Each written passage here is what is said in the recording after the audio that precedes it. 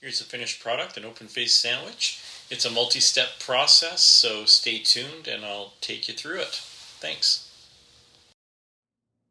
Hey everybody, as part of the preparation to make these sandwiches later, I'm just going to do some quick pickled vegetables, some radishes, and some cucumber. So I will use the mandolin to get them thin, and in the meantime, I'm going to boil 1 cup of water, 1 cup of white vinegar, and some salt, and get that going on the stove.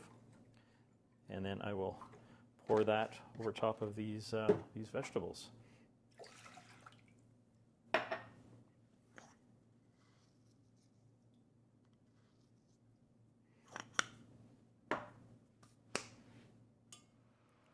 Okay, and in order to do the vegetables, I'm going to use this mandolin, which basically makes it a lot easier.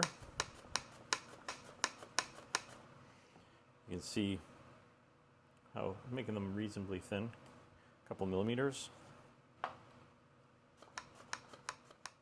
You can see we have cucumbers, more than I actually need, and radishes. So these are going to go into these containers. Okay, so this vinegar water mixture is ready to go.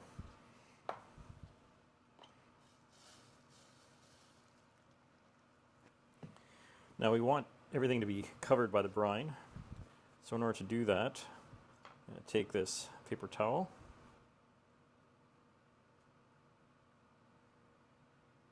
I'm going to probably fit a few more cukes in here.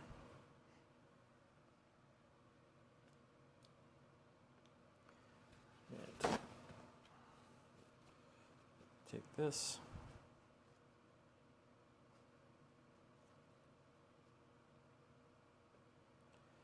And that ensures basically that the vegetable is covered in the brine.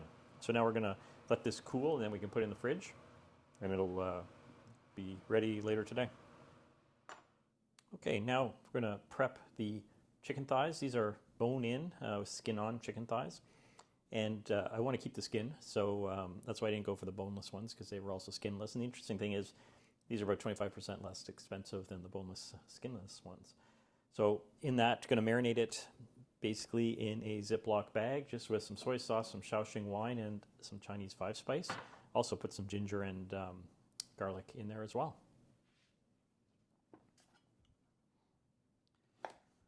Okay, so there we've got 4 chicken thighs. Got 1 clean hand, 1 dirty hand. And I'm just going to sprinkle the 5-spice right on here.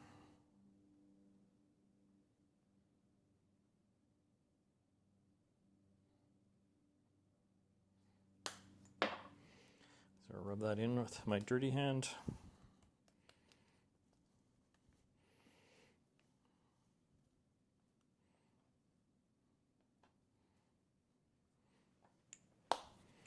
A little bit more.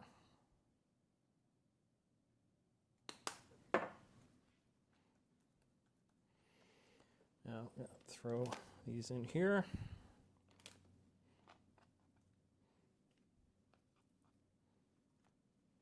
Throw a little bit of soy sauce.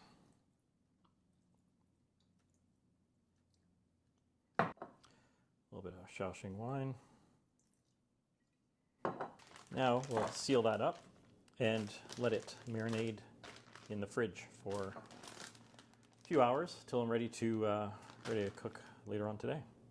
As far as the leftover chicken pieces here, I'm going to basically throw those in the air fryer, roast them, and then throw them into some water and just make some stock, so I don't waste them.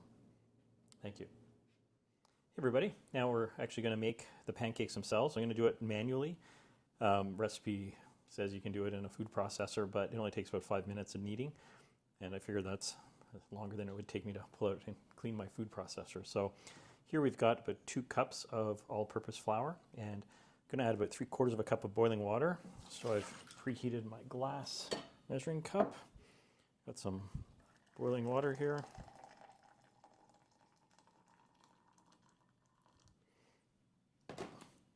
And we're going to pour that in. And this, I'm going to move it around till it comes together in a dough. Okay, So that's come together. We can always add a bit more water if it doesn't. So now I'm just going to dump this. Now we're going to knead this for about 5 minutes. Okay, we now got this kneaded into a smooth ball. Put it back in the bowl, cover it with plastic wrap to rest. And we'll leave that for about 30 minutes and then come back to it.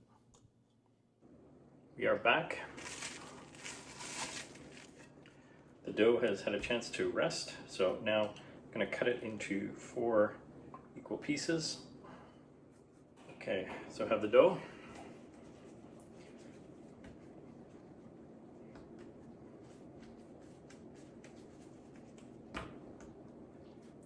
Get it started to a disc.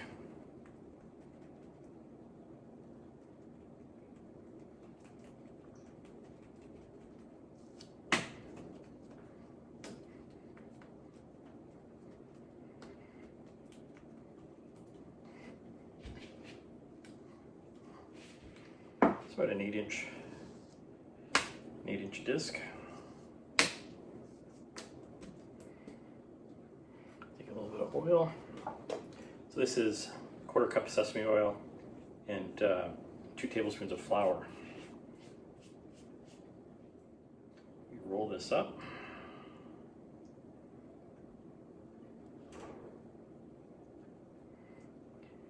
Now we want to roll it again like this.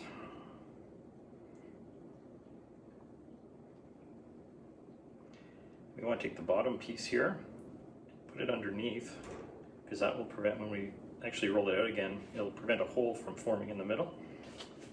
I'm going to wipe up this excess here.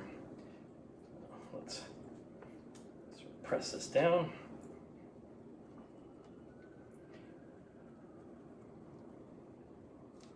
See, the bottom is covered, doesn't have a hole in it.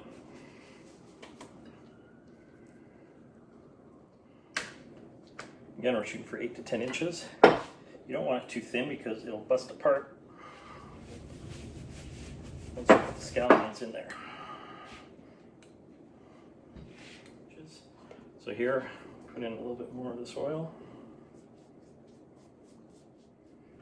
And if you put in too many, it runs the risk of bursting apart. So I'm going to roll this up again. Tuck this underneath. So here we go. Now I'm going to gently start to press this out. There we go. 1 7-inch pancake. Okay, now we're going to fry those.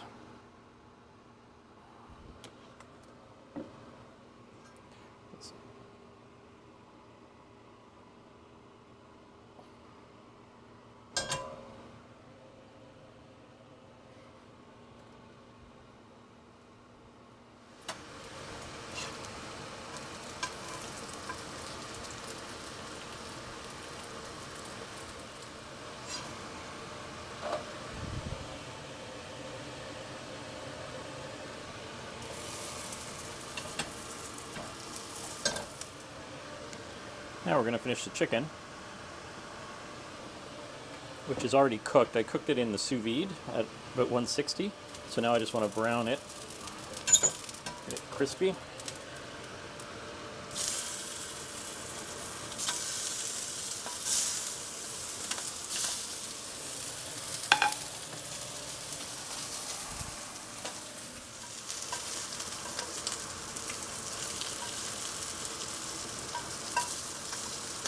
This one looks done.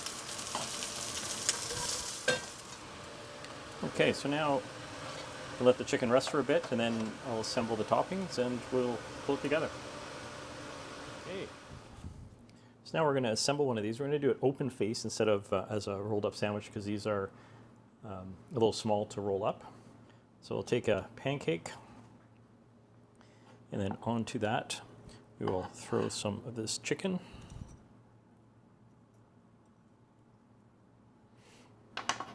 Then we will throw in some pickled vegetables.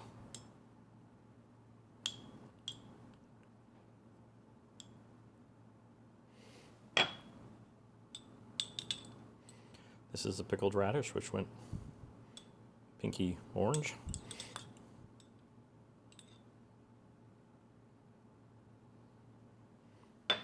And a little bit of cabbage. Throw a little bit of lettuce on here.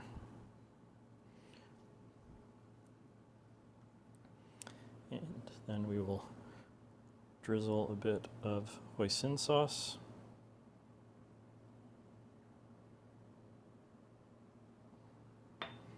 And a little bit of sesame seeds.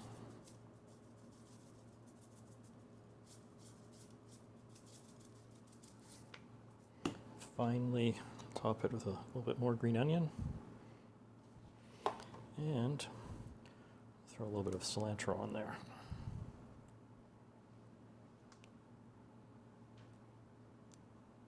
So there you have it.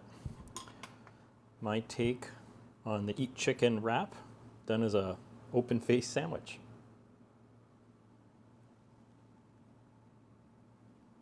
Thank you very much.